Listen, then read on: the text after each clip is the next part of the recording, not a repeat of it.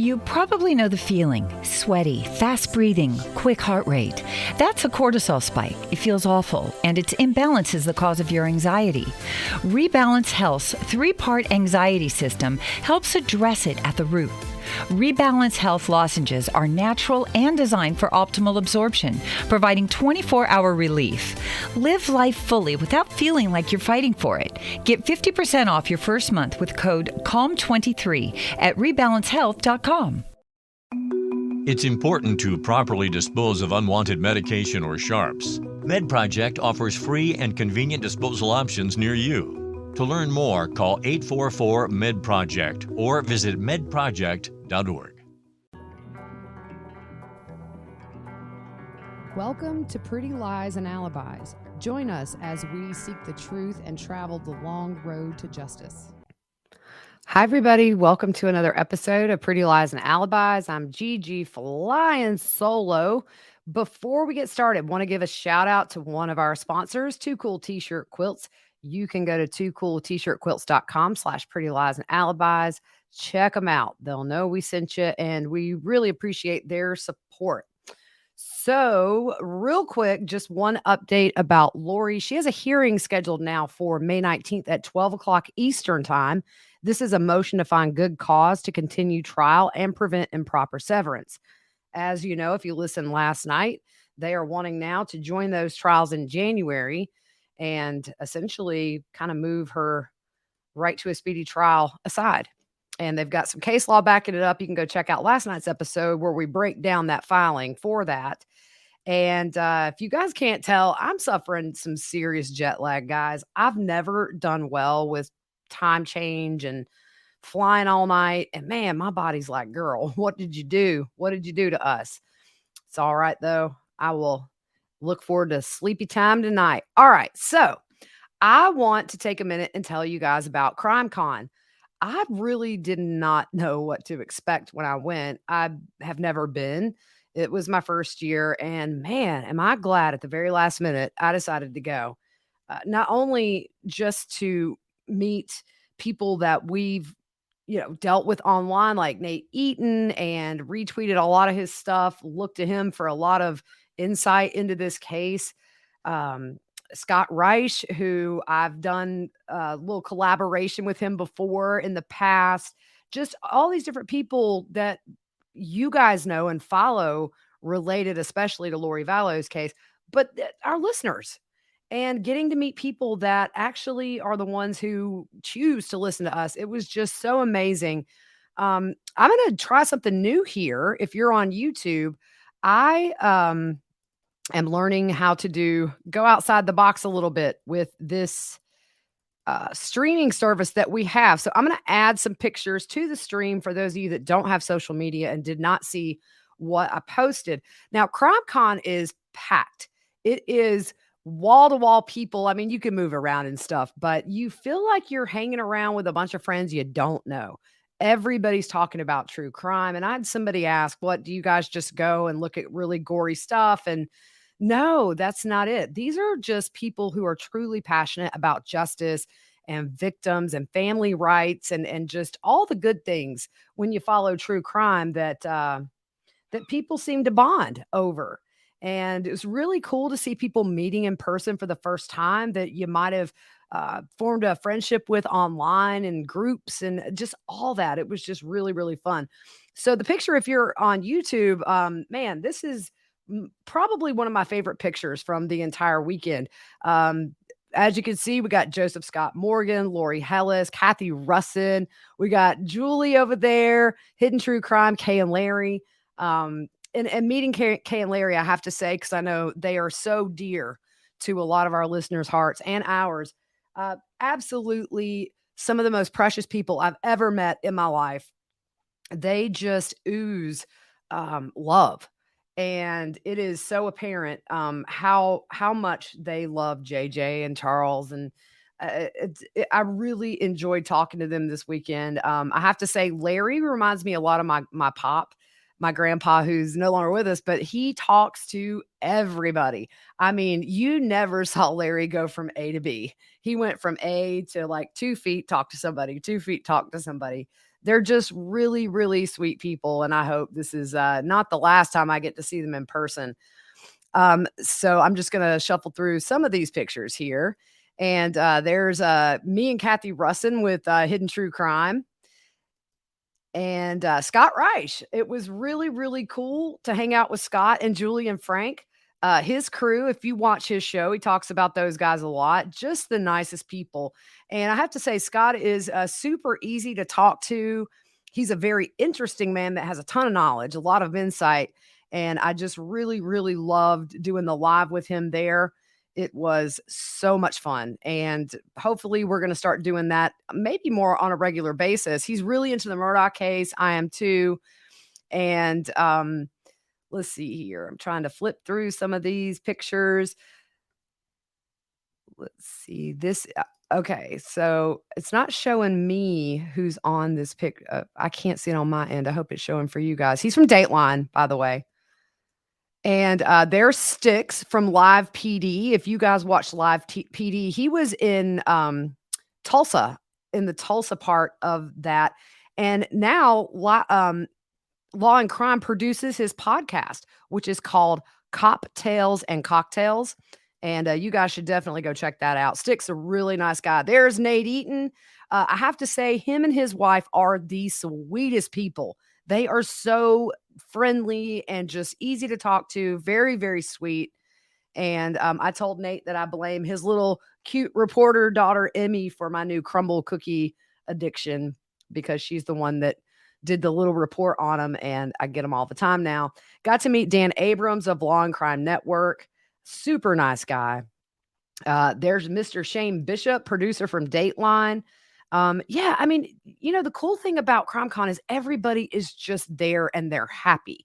These guys were so willing to meet their fans and take time to talk to their fans, and just really awesome. Nate and Kay and Larry had a breakout session where Nate talked to them about the case. And Larry and Kay both told some cute little stories about JJ when he was little. And the audience was able to ask questions. It was really it drives it home when you're sitting in this huge ballroom and it's packed to capacity with people that are passionate about this case. And then up on the screen, they had a big picture that was Charles, JJ, Tylee, and Tammy, just huge pictures on both sides of the stage. And, a lot of times we get so caught up in the little tidbits of this case and Lori and antics and rumor. And then, you see that and it really drives home why Kay and Larry have to be at CrimeCon. So, and then Chris Hansen, picture with him. He is the guy that did, I think it was called To Catch a Predator on Dateline, where they would catch people who were communicating with underage kids. And then Nate did another session the last day. He was actually, I think, the last speaker maybe in that ballroom before they started breaking down Podcast Row. This was in the same room as Podcast Row, which I'll explain in a minute. He just did another kind of a question and answer session about Lori and Chad. And I think I talked about this on the last episode, but he gave a few interesting tidbits that maybe it seems Chad has woken up and realized, wow, here I am and I'm in jail.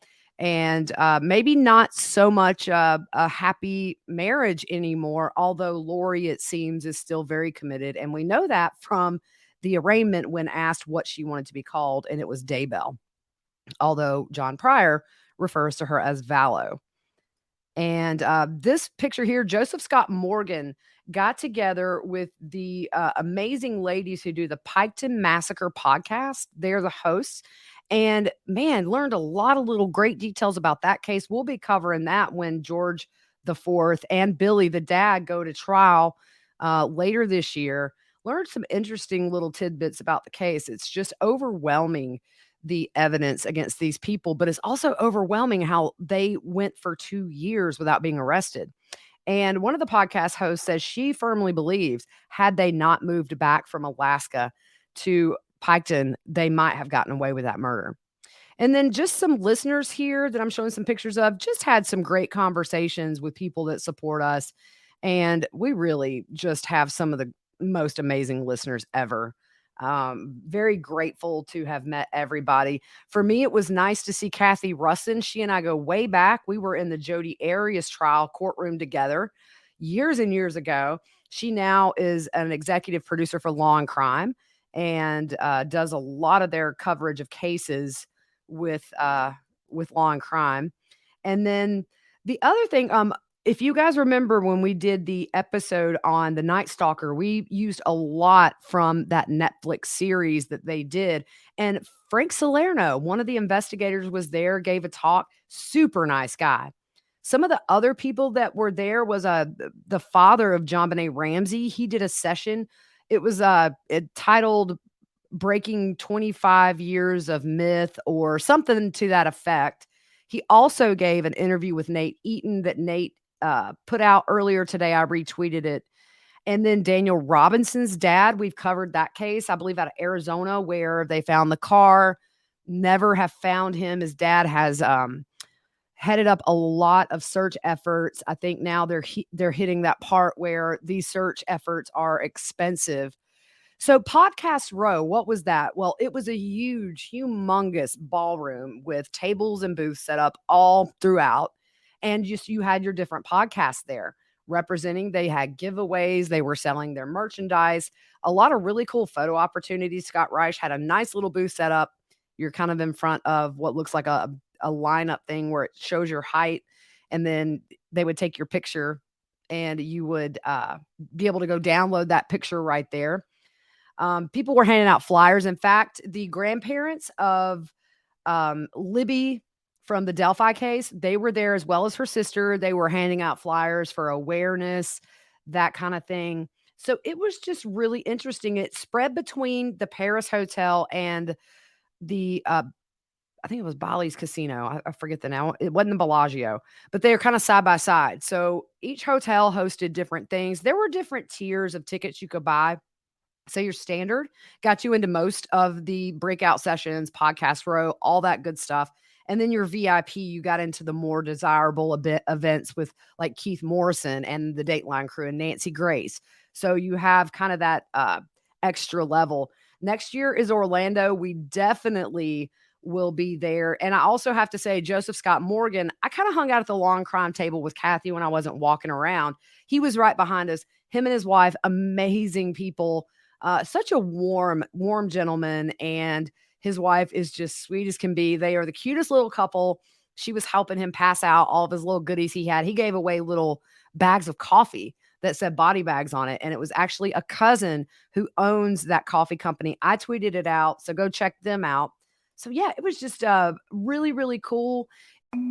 It's important to properly dispose of unwanted medication or sharps. MedProject offers free and convenient disposal options near you. To learn more, call 844-MED-PROJECT or visit medproject.org. Okay, round two. Name something that's not boring. A laundry? Ooh, a book club. Computer solitaire, huh? Ah, sorry, we were looking for Chumba Casino. That's right. ChumbaCasino.com has over 100 casino-style games. Join today and play for free for your chance to redeem some serious prizes. ChumbaCasino.com. No purchase necessary. Void where prohibited by law. 18+. Terms and conditions apply. See website for details. I honestly didn't know what to expect, and I was blown away. It's really well done. If you're a big true crime fan and you think you can save up in a year, please do come to Orlando. I think it's going to be just absolutely amazing, and can't wait to get back there and meet more of our listeners. So the next thing that I want to talk, the other thing is doing the live with Hidden True Crime. And we had, sorry, my dog is barking at probably a leaf blowing down the road. We had a live with Lauren from Hidden True Crime, Julie Holden from Redactions by Julie, and Lori Hellis from the Lori Vallow Story. That's on Hidden True Crime's YouTube. Go check it out. We had a blast. We really had no plan going into that live. We just piled on the bed and kind of talked about whatever came to mind. And it was just really, really fun to collaborate just on a very low key, casual level with some awesome, awesome true crime minds out there. Some of the best, in my opinion.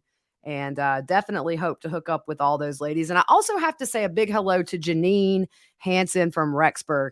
You guys probably know her if you're active on the Facebook group. She's very close with Kay and Larry. She is the most precious, tiniest, beautiful little firecracker full of love. And one of the highlights of my trip was meeting her. So anyways, that's kind of how CrimeCon was. If you have any questions, you can tweet me, email, inbox, whatever.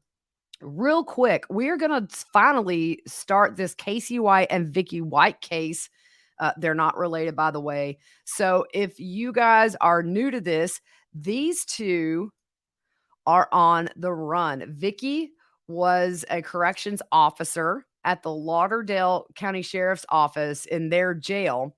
And Casey is a very violent criminal, and they have run off. And it seems by all means that she has facilitated his escape from jail.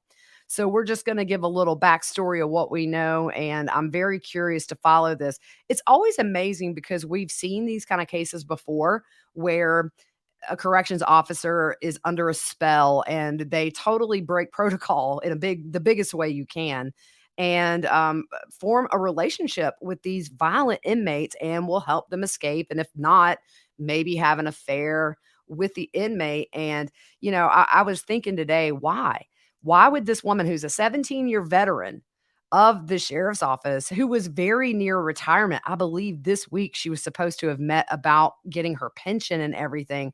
And, I think it goes back to, you get vulnerable people who maybe lack something in their life. And then you get somebody who's very deceptive, and it's like a wolf in sheep's clothing, where they provide them with something they're needing.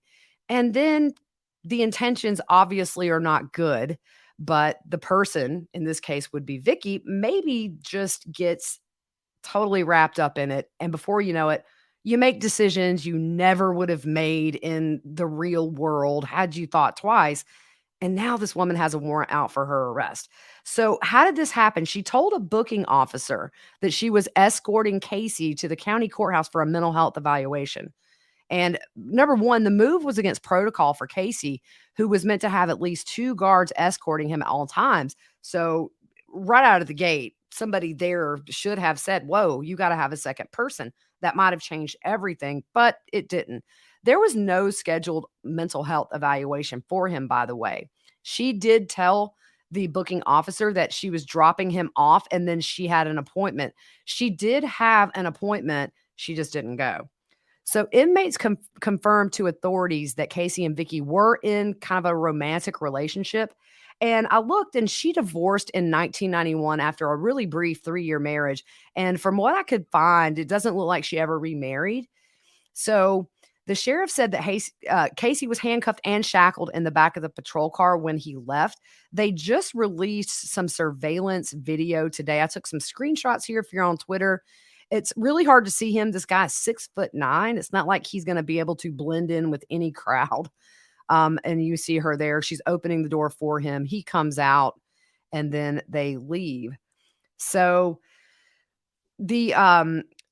what was he in prison for? This is a very violent man. He was in prison for attempted murder, 2 counts of kidnapping, first-degree robbery, first-degree burglary, third-degree burglary, breaking and entering a vehicle, animal cruelty for shooting a dog, and attempting to elude police. There was a police chase. I think speeds were in excess of 100 miles an hour, and finally he was caught and ultimately was sentenced to 75 years in prison. But back in 2020, he confessed in prison to murdering Connie Ridgway in 2015, which was a cold case until he confessed. So they charged him with 2 counts of capital murder, 1 count of murder during a first-degree burglary, and 1 count for murder for financial gain. And he said he was only a hired hitman, but they never got any kind of reason that he was hired. So he pled, ultimately, even though he confessed, he pled not guilty by reason of mental disease. And he had been moved to the Lauderdale County Jail to await trial. But initially, when he requested to move to that jail, authorities found a shank, a homemade knife hidden in the shower, and they fully believed that he intended to use that to force somebody to let him go. The other scary thing is he has vowed to kill his ex-girlfriend if he ever were to have gotten out. And also the lady that he murdered, Connie Ridgway, her son today, obviously gave a statement. How does this happen? He's very dangerous. We need to get him. So here's the timeline that we know as of right now. At 9:20 a.m. on the day that they escaped, Assistant Director Vicky White tells a deputy to prepare inmate Casey White for transport to the courthouse. The deputy removes White from his cell, takes him to booking, handcuffs him, and shackles his legs. At 9:41 a.m., Vicky leaves the detention center with Casey and heads to the courthouse for a mental health evaluation that never was scheduled. She told the booking officer that she is the only deputy available who is firearms certified, and she's dropping him off to other deputies there at the courthouse. And Vicky said she's then going to Med Plus for her personal appointment, which we know she never made. At 9:49 a.m., surveillance video caught Vicky's police cruiser parked at the Florence Square Shopping Center parking lot 8 minutes after leaving the jail. So there was not enough time for them to even attempt to try to come to the courthouse, according to what she said. And Sheriff Rick Singleton said there's no way that they attempted. So that's kind of when they started to realize something was up. 11:34 a.m., a Florence Police Department officer spots her cruiser. But so you got to consider they left at 9:41 a.m. with her by herself. At 3:30 p.m., the booking officer reports to administration they've been trying to contact Vicky to check on her and that her phone is going directly to voicemail. The officer also says Casey was not returned to the detention center with the other inmates, so they're on the run. This past Friday was supposed to be her last day on the job, and he said, the sheriff said that she talked about retiring and going to the beach for a few months. She also, this is interesting, and I think that this may go into that premeditation. She just recently sold her home 12 days before the escape for $95,550, which was way less than the market value. And they believe she might have gotten cash for that. So it's easier, I wouldn't say easier, to live off the grid if you're not using any kind of a debit or credit card. If they're smart, hopefully they're not, they don't have cell phones. Who knows where they are? They had a really big head start. You're looking at 6 hours before anybody really started putting two and two together. They were last seen April 29th in Rogersville, Alabama, in a gold or copper 2007 Ford Edge with Alabama license plates. Here's the scary part. They're believed to be armed with an AR-15 and a shotgun. Now, I'm sure Vicky might have had in her head this out of this world scenario where they're going to escape and grow old together. But here's the thing. This guy is a violent criminal who has admitted to stabbing somebody who did nothing to him other than him allegedly being ordered to kill this woman for money. I know that she has facilitated his escape, it seems, and has planned this for a while. In fact, they were communicating when she was not at work. And I was thinking, how? It's not like, they monitor the phone calls, but if you use the email service, it's monitored, but she could have done it under a different email address. She could have changed her name. I guess it would be easy in that regard to communicate with him when she's not at work. But, her life is in danger, even though she's done wrong. This man probably is not going to want to be caught alive. He has no regard for human life. Hers, the U.S. Marshals who may come across them or catch them, I don't think this is going to be some very peaceful surrender. And that part of it is terrifying to think about. Innocent people possibly being in his line of fire, or Vicky, even though she's done wrong. Somebody like him would not think twice about using her to try to get away, or if she's had second thoughts and says, hey, I think I want to go home. Somebody like that, it's not going to be easy. Investigators do not think that they've made it across the border or caught a flight anywhere. He's 6'9". She is 5'5". They are kind of an odd couple. When you're 6'9", you cannot just go walk down a crowded street and blend in. Wherever they are, they have to be just off the grid. It won't take long, I don't think. They will get them. It's just I worry once they are found, what comes of that. Ultimately, coworkers are just shocked. completely shocked. She never had any issues in the 17 years she has worked corrections. And they say this is not the Vicky White they know, but manipulators are very, very good at telling people what they want to hear, making them think they are who they're portraying for whatever reason they're doing it. And before you know it, you're in deep. And I think that's what's happened to poor Vicky here. I don't want to say poor Vicky, but man, you kind of see it with corrections officers sometimes hooking up with inmate Susan Smith. We talked about her recently on the podcast. She had affairs with male corrections officers. This stuff happens, but man, it's next level when you break somebody like that out and facilitate them to escape prison. So I'm going to be watching this one really close, guys. I have alerts on my phone. So hopefully they find these guys soon and everything is peaceful, but I'm not betting the farm on that one. All right, guys, tomorrow, probably going to break down this new Wagner hearing. A lot of stuff was kind of brought up that we did not know at this hearing, and see what else we can get into tomorrow. In the meantime, I hope you have a really good night, and we will see you soon. With Lucky Land Slots, you can get lucky just about anywhere. Dearly beloved, we are gathered here today to... Has anyone seen the bride and groom? Sorry, we're here. We were getting lucky in the limo and we lost track of time. No, Lucky Land Casino, with cash prizes that add up quicker than a guest registry. In that case, I pronounce you lucky. Play for free at LuckyLandSlots.com. Daily bonuses are waiting. No purchase necessary. Void where prohibited by law. 18+. Terms and conditions apply. See website for details. Judy was boring. Hello. Then Judy discovered ChumbaCasino.com. It's my little escape. Now Judy's the life of the party. Oh, baby, mama's bringing home the bacon. Whoa, take it easy, Judy. The Chumba life is for everybody. So go to ChumbaCasino.com and play over 100 casino-style games. Join today and play for free for your chance to redeem some serious prizes. ChumbaCasino.com. No purchase necessary. Void where prohibited by law. 18+. Terms and conditions apply. See website for details.